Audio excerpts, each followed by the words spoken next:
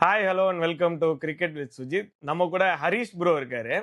நிறைய பேருக்கு வந்து இந்த டவுட் இருக்கும், நான் அம்பையர் ஆகணும்னா என்ன பண்ணணும், எப்படி அப்ளை பண்ணணும், அதுக்கு ஏதாவது எக்ஸாம் இருக்கா, இல்லை இன்டர்வியூ இருக்கா, இல்லை அவங்களா பார்த்து செலக்ட் பண்ணுவாங்களா, நான் எப்படி அப்ளை பண்ணுறதுலாம் நிறைய கமெண்ட்ஸ் வந்திருக்கு. ஸோ ஹரிஷ் ப்ரோ வந்து ஆக்சுவலி சென்னையில் ஒர்க் பண்ணிக்கிட்டு இருக்காரு. அவருக்கு வந்து அம்பையரிங் எக்ஸாம் எழுதணும் அப்படின்றது ரொம்ப நாள் ஆர்வம். ஸோ இப்போ தான் அவர் ஃபர்ஸ்ட் டைம் எழுதியிருக்காரு. எழுதிட்டு அவரோட எக்ஸ்பீரியன்ஸஸை இன்ஸ்டாகிராமில் போட்டிருந்தாரு. ஸோ பார்த்த உடனே எனக்கு வந்து ஓகே, நம்ம ஹரிஷ் ப்ரோட்ட இன்னும் சில கேள்விகள் அண்ட் அவரோட எக்ஸ்பீரியன்சஸ்லாம் கொஞ்சம் டீட்டெயில்டாக கேட்கலாம் அப்படின்றதுக்காக தான் அவரை கூப்பிட்டுருக்கோம். So thank you so much bro வந்ததுக்கு. Hi bro. Hi hi bro. Actually என்ன நிறைய பேருக்கு இந்த டவுட் இருக்கு ப்ரோ.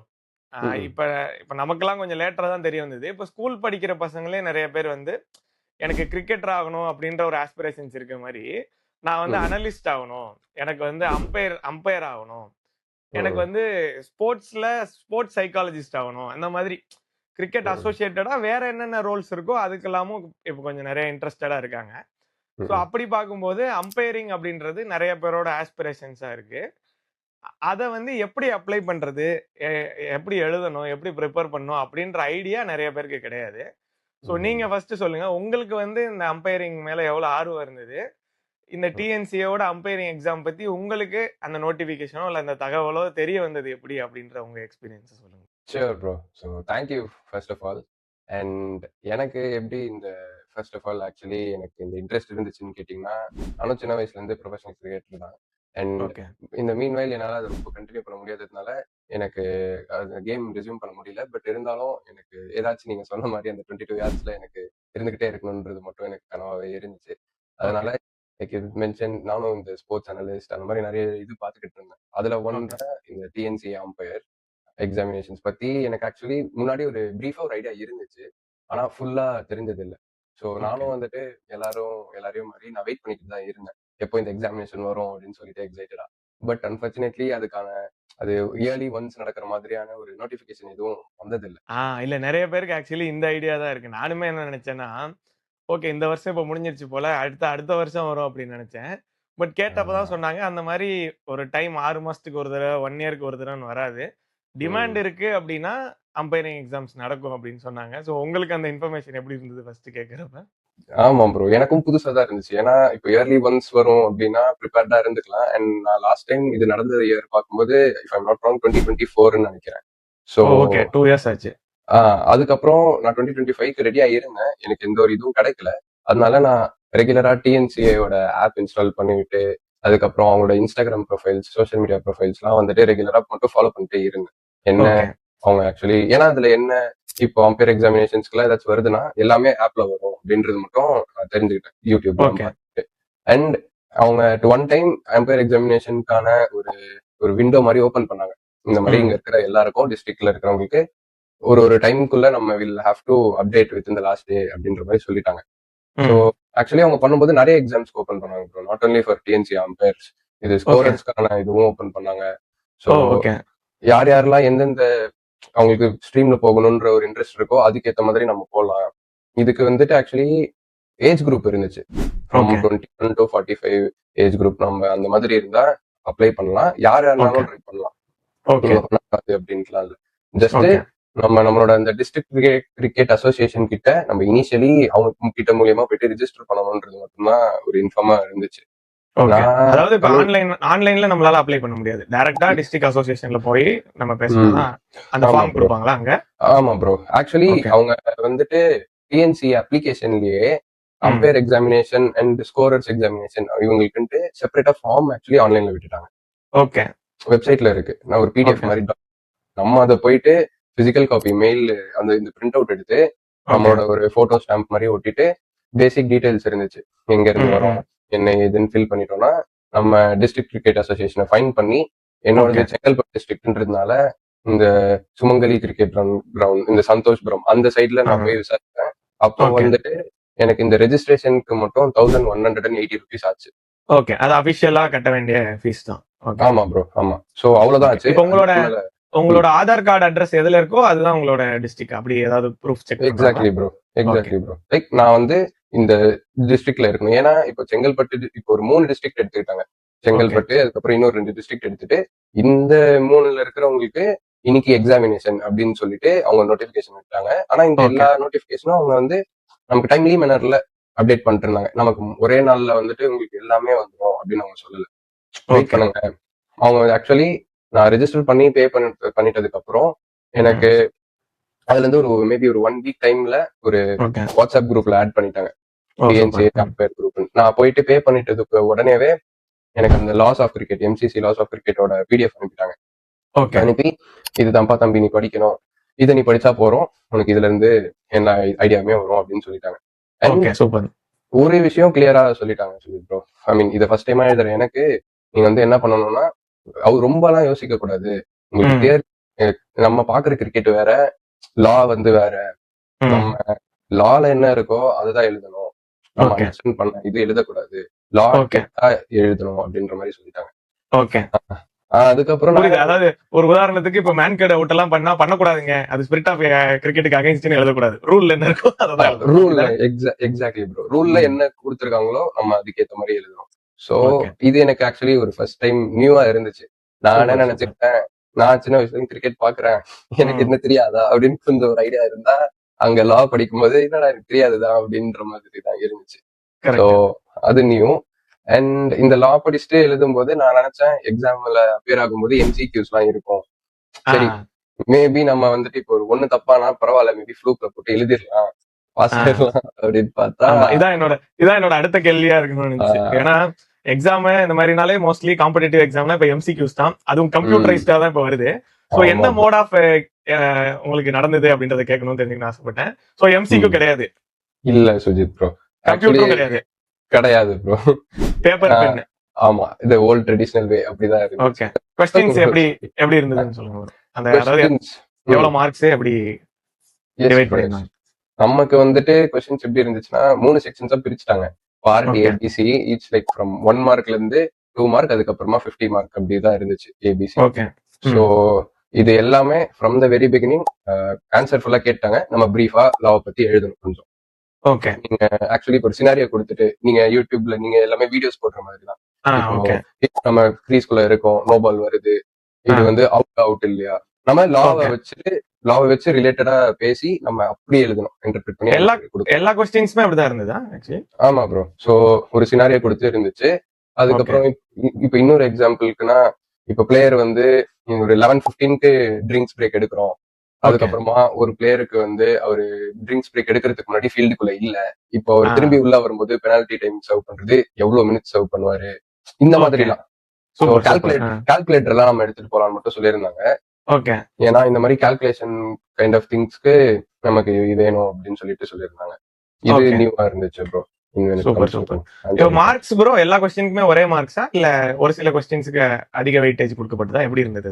இல்ல ப்ரோ. சோ அந்த 3 செக்ஷன் படி தான். ஃபர்ஸ்ட் இது ஃபுல்லாவே அந்த 1 மார்க், அடுத்த பி ஃபுல்லா 2 மார்க், அடுத்ததுல இந்த 50 மார்க்ஸ் இருந்துச்சு. சோ நம்ம போக போக இந்த 50 மார்க் செக்ஷன்ஸ்ல ஆக்சுவலி எப்படி இருந்துச்சுன்னா, ரொம்ப பக்கமா எழுதுற மாதிரி இல்ல. அவங்க அதுலயுமே பார்ட்ஸா கொடுத்துட்டாங்க. இந்த மாதிரி give me like 3 different scenarios satisfying, இந்த ஒரு எந்தெந்த இதுல எல்லாம் நோபல் ஆக்சுவலி கொடுக்கலாம், அந்த மாதிரி பார்ட்டா அவங்க செப்பரேட் பண்ணி கேட்க ஆரம்பிச்சிட்டாங்க. ஆனா எல்லாமே வந்து ஃபுல்லா ரிட்டன் தான்.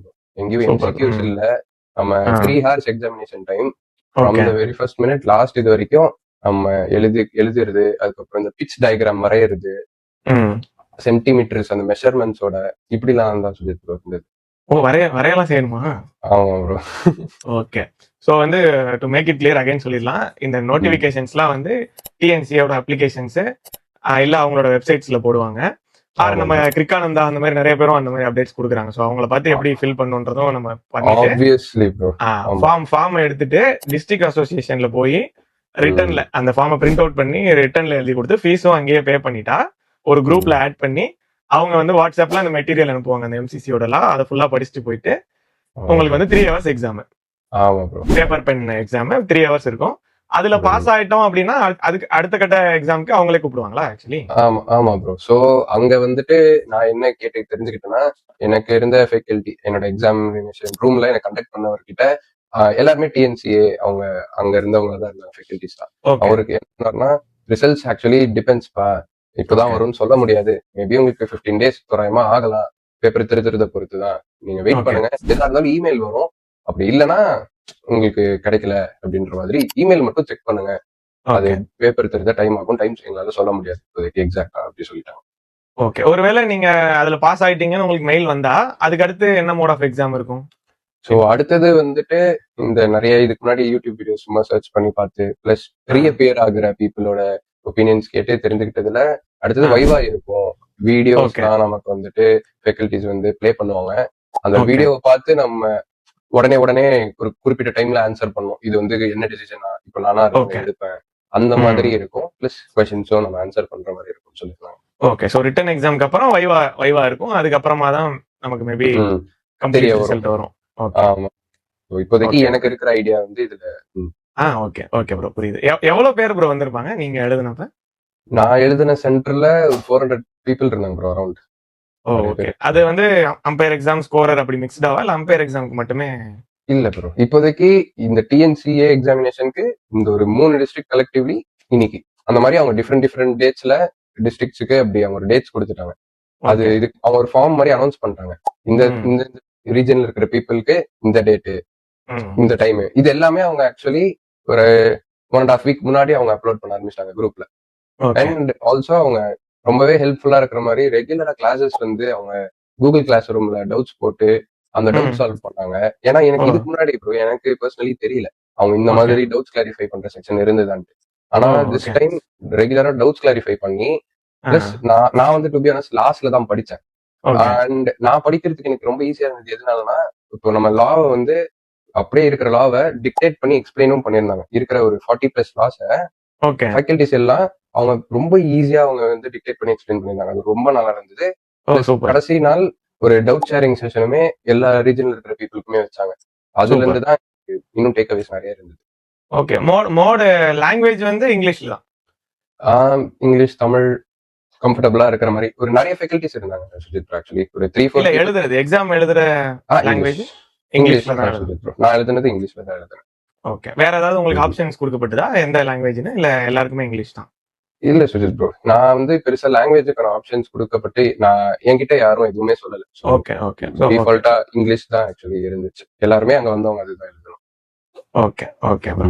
ஸோ இதுக்கப்புறமா உங்களுக்கு என்ன ரிசல்ட்காக வெயிட்டிங்கா இல்ல அடுத்த எக்ஸாம் எப்போ வரும்னு ஆர்வமா இருக்கீங்களா? இல்ல நீங்க ப்ரிப்பேர் பண்ணப்ப ஒருவேளை இதெல்லாம் தெரிஞ்சிருந்தா இந்த ஆங்கிள் நான் ப்ரிப்பேர் பண்ணிருப்பேனே அப்படின்னு ஏதாவது தோணுச்சா உங்களுக்கு?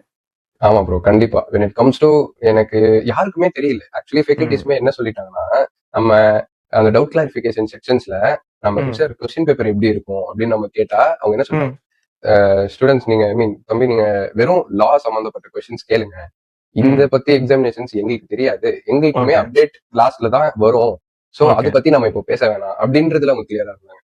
Okay okay. ஆனா இன்னொன்னு அவங்க என்ன பண்ணாங்கன்னா இந்த எக்ஸாமினேஷன் முன்னாடியே மாடல் கொஸ்டின் பேப்பர் அனுப்புனாங்க. ஓகே. அதுல பாக்கும்போதே தெரிஞ்சிச்சு ஓகே எம்சிக்யூஸ் இருக்காது. ஏன்னா அதுல எல்லாமே ஆன்சர் த ஃபாலோயிங் மாதிரி தான் இருந்தது. சோ வந்தது எல்லாமே ஆன்சர் த ஃபாலோயிங் தான். ப்ரீவியஸா அப்பியர் ஆனவங்க இல்ல ப்ரோ இது இப்படி இல்ல கொஞ்சம் டிஃப்ரெண்டா இருந்துச்சு, இந்த வாட்டி தான் ஃபுல்லா எழுதுற மாதிரி இருந்துச்சுன்னு சொன்னாங்க. அதாவது அவங்களுக்கே தெரியல ஒரு தடவை ஒரு மாதிரி ஃபார்மேட்ல இருக்கிறதுக்கான வாய்ப்பு இருக்கு. ஆமா ப்ரோ, அதுதான். ஆனா எல்லாமே அந்த எம்சிசியோட ரூல்ஸ் அதுல இருக்கிறது படி தான் வருது.